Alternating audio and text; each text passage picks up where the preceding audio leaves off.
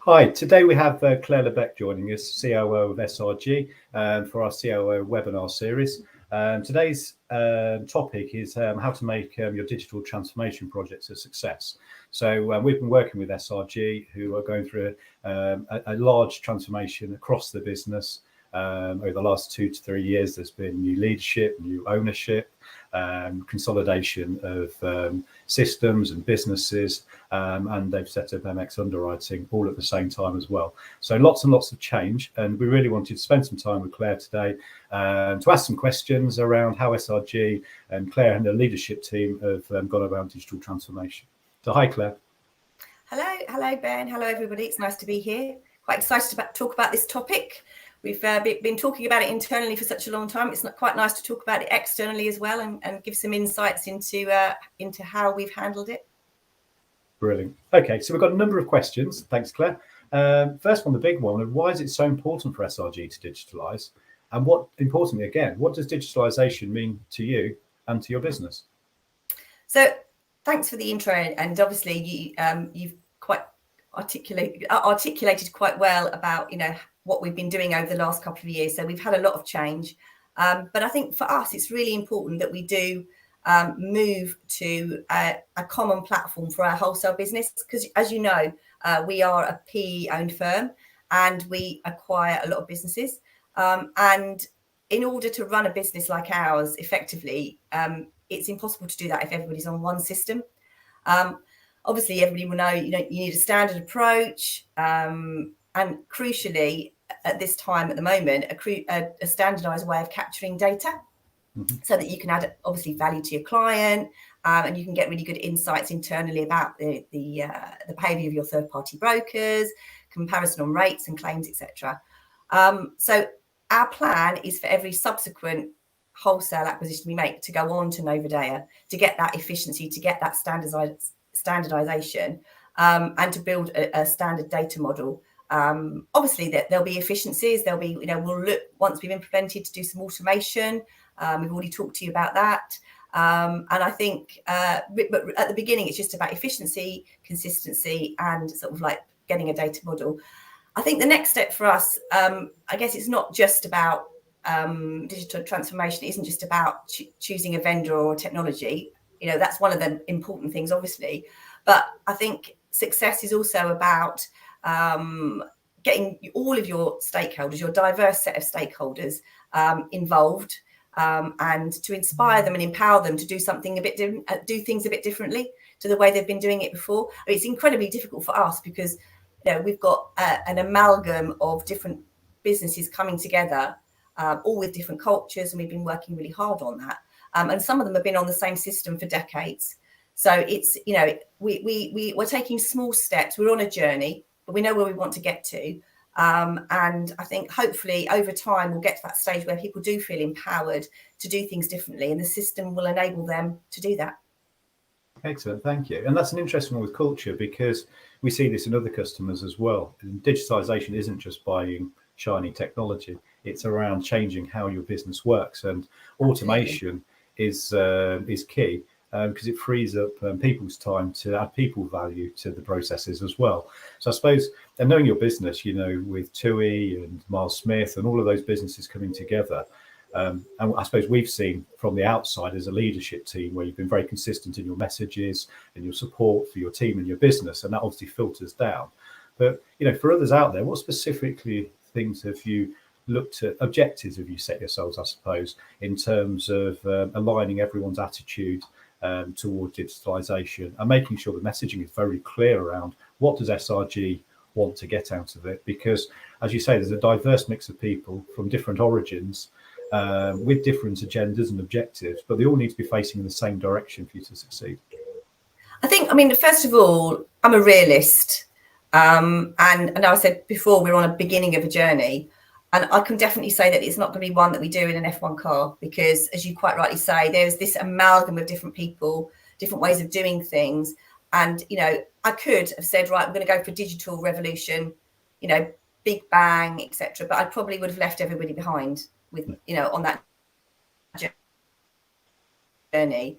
And actually, when I first joined, which was 18 months ago, I sort of had, okay, how ready is this business for that kind of change? And I quickly established that actually that the even though I might have had the appetite, I would have risked, as I say, leaving everybody behind. So I had to sort of weigh up the risks, and I didn't want to leave my colleagues behind. And so therefore, when I joined, and a lot of work had been done before, you know, we looked at a sort of a comms plan. We looked at the people that we were going to be getting involved, how early we were going to get those people involved, to ensure that they were sort of brought in on the journey. I mean, it all sounds very cliche and sort of the standard thing you do, but it's amazing that, you know, when I've spoken to people that have tried to do digital transformation before, that actually, although they know that's the right thing to do, for some reason they don't do it.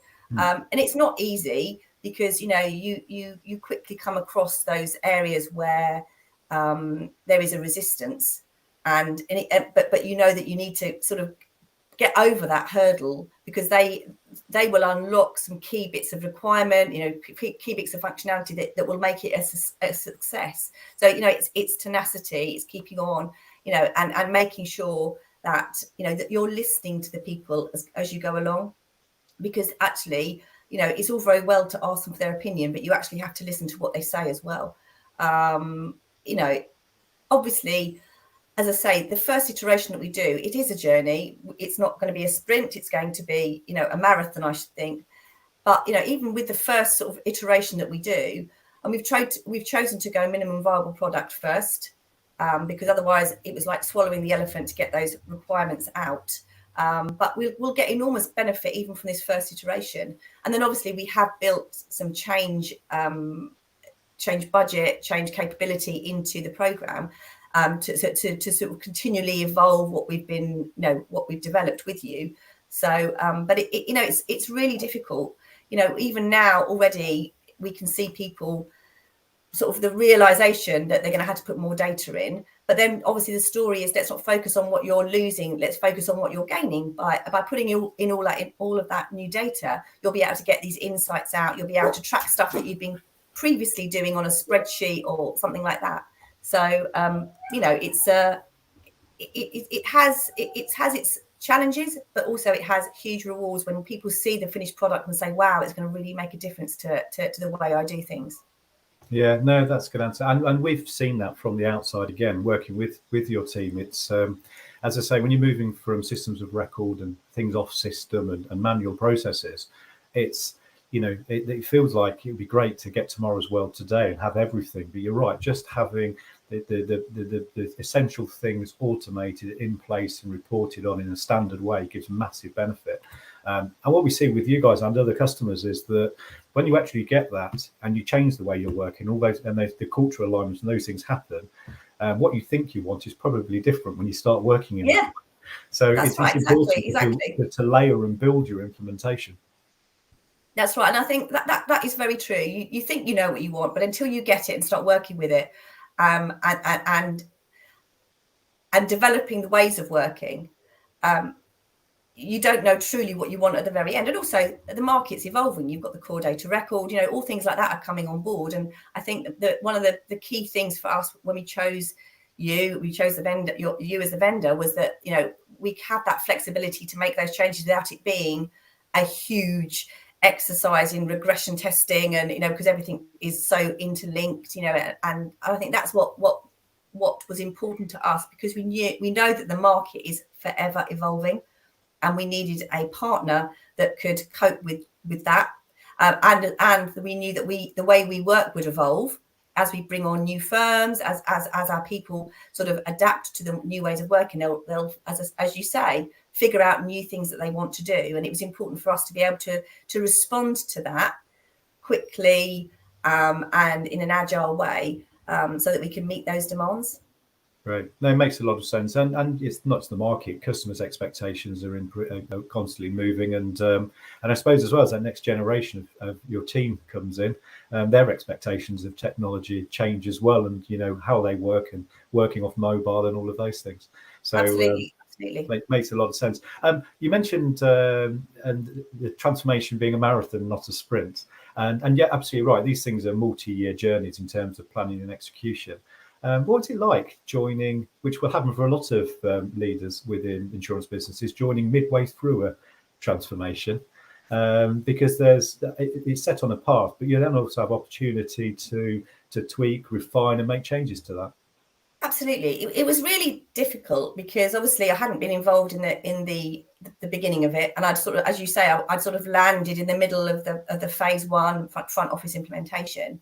But actually, sometimes it's quite good to have an independent view, because it was a big project. It was a big project for the size of organisation we were at the time, and I think a fresh pair of eyes was good, and I think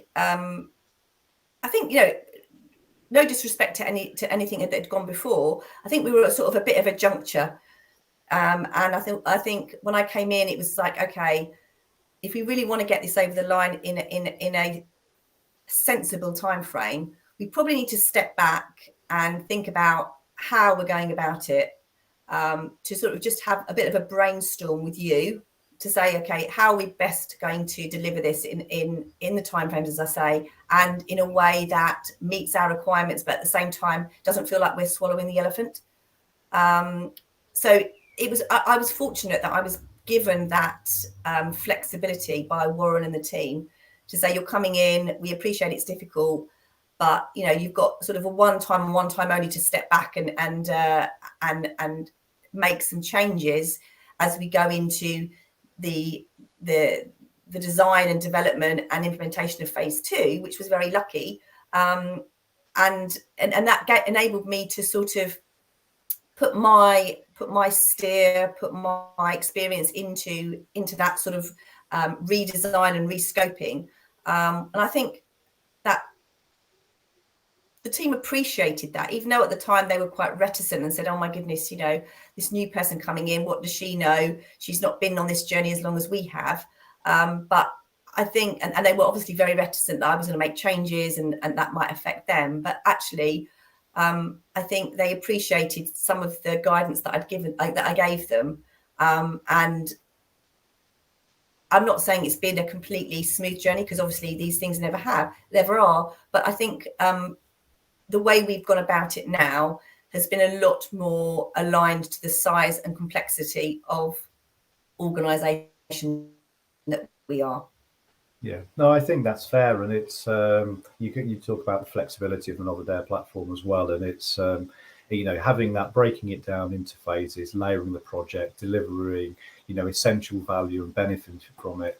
That allows you to actually change cultures. It's people evolving their thinking as opposed to a big bang change.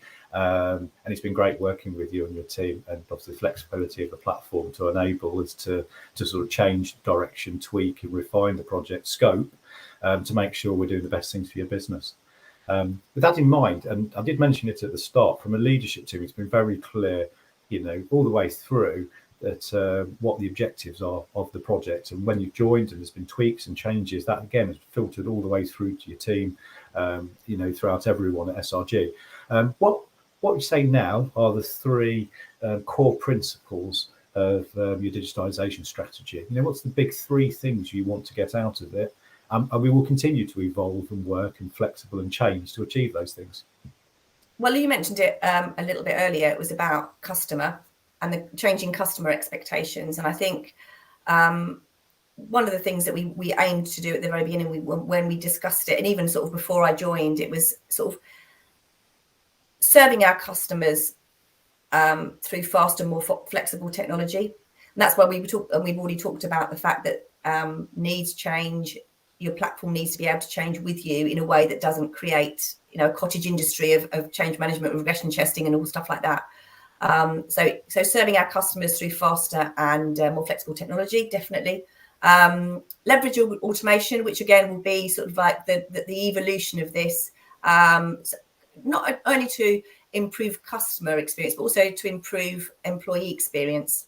Yeah. Because we want, as you say, as you mentioned, our colleagues to focus on value add and not administrative tasks. So therefore, if we can leverage automation, we want to improve, as I say, both customer and employee experience, and also leveraging data and building insights for our clients and our customers and our colleagues easily, so that it doesn't take a week to cut the data, to show the particular trend or analysis, do the analysis that you want to be able to do.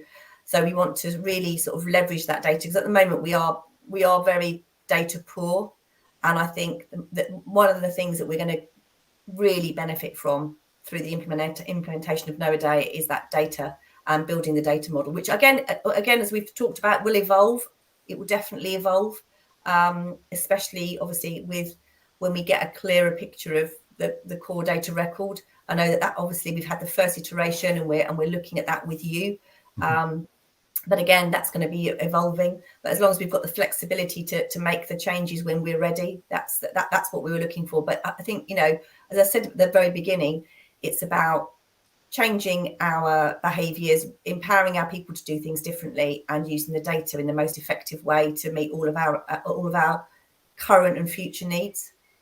Yeah, that's I understand that, and as you say, it's not just about rekeying, getting operational efficiencies. There's and it's not, data's not just about reporting and analytics, which is key, where you know you're benchmarking and doing all of those things. It's also, I hear a lot on the sort of more day-to-day project meetings. It's around managing your business by managing exceptions. So, you know, setting up rules, setting up workflow around that automation. So you only need to worry about something if you're told about it, as opposed to having to worry about everything. And I think that's a big, yeah, that's right.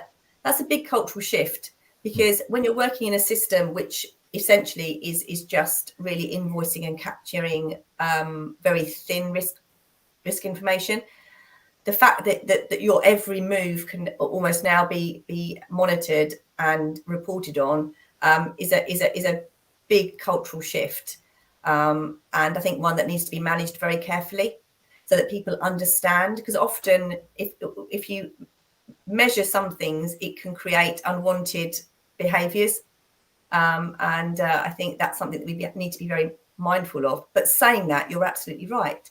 It's really useful to be able to track and monitor the work through the process, and obviously ultimately to give your client a better service. And that's something absolutely, yeah, we're looking forward to being able to see that more readily once we've got the system implemented. Yeah, excellent. And I suppose that's the other thing. It's in a world of hybrid working, the ability to monitor productivity. You trust your team, you trust them wherever they're working to do a great job. And productivity isn't about people not doing a good job, but it's from a leadership perspective, seeing productivity across the business and seeing where it can be improved, and by investing and training in your teams and giving them the right tools to, as you say, provide that excellent customer experience. Absolutely. So my next question is, and we kind of touched on it a little bit, is as you're going through this journey, the market's changing, you know, legislation, data standards are changing, Blueprint 2, all of those things.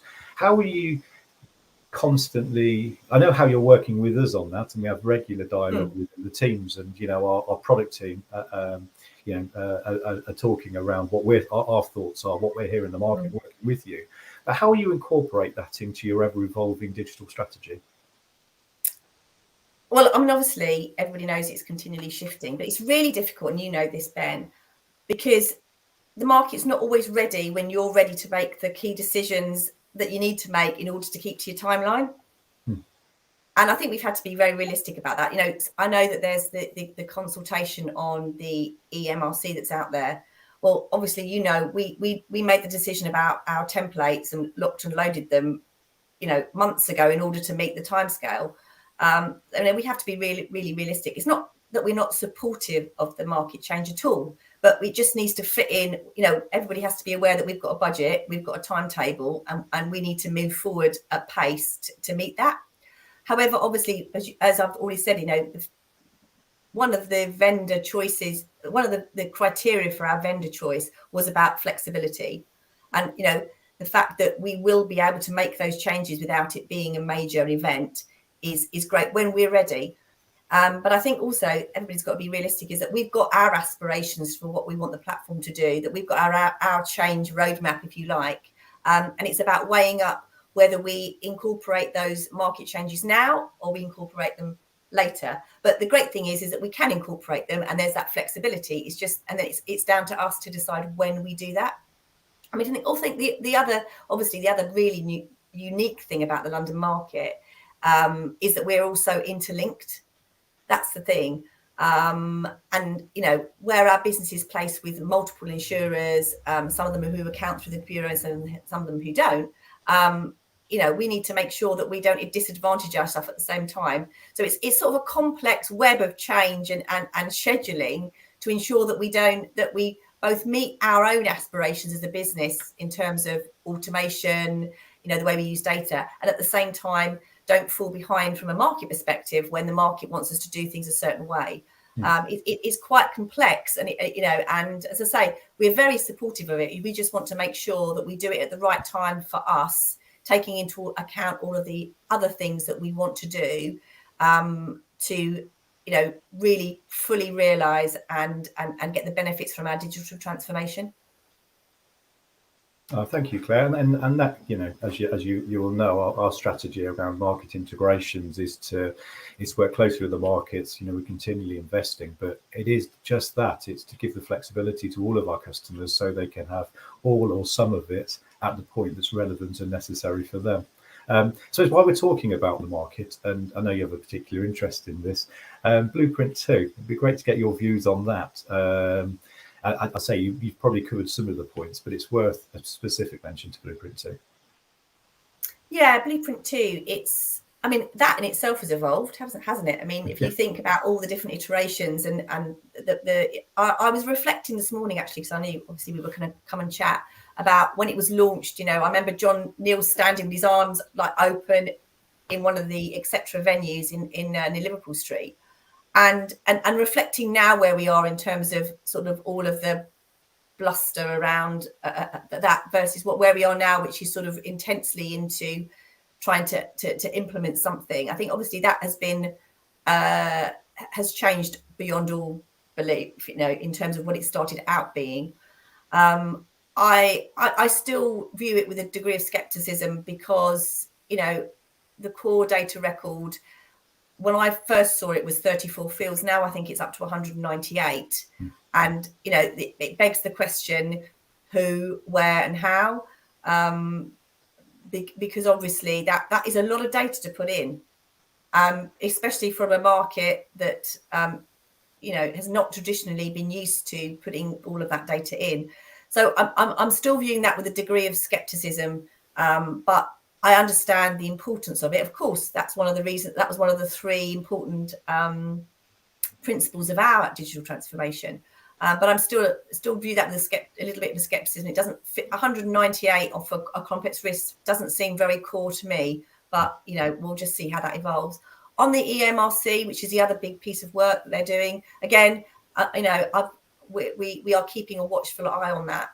Obviously, I think anything we can do in the market to make it better is great, and I'm also eagerly waiting to see what what DXC come up with in terms of their new product that they're working on with the joint venture. I can see the roadmap, and I'm keeping a watchful eye, but I can't feel the momentum like I did at the very beginning. Mm-hmm. The nature of it has changed, and whether that's because everybody's beavering away, or whether I've stepped away too far and can't see all the work that's going on. But I am still a little concerned that we've lost the momentum, and that again we might have swallowed the elephant in terms of the data side of things. Mm-hmm. It's a really good concept, but I just feel that it's sort of ballooned into something that we might not be able to get our arms around. It goes back to so I'm fully supportive, but I maintain a degree of skepticism. It goes back to our earlier conversation, I suppose. It's a market transformation in the same way as you're going through a transformation, and it's not to try to achieve everything in day one. I think you mentioned earlier, culturally, there's a change in people in SRG to have to capture more information, to have more insight. And from our perspective, that's where, from a Novidea point of view, having front, middle and back office, the whole platform and all the automation tools should reduce rekeying, because I think as a market, and it impacts Blueprint too, people aren't used to keying in information. No. And one of the reasons they're resident is because if you do key information in, you're probably asked to rekey the same information over and over again. So that 198 times is 198 times, however many times throughout the business it gets rekeyed. So I think for the market to be successful, like with SRG, there needs to be a cultural change. And there needs digitization within the brokers and carriers to stop that rekeying, to make the additional information capture possible. Yeah, no, exactly. And that is, it's, but also it's about where you do it, because a lot of it is, you know, in a broking house is done at the end when the invoice is produced and the documents are produced.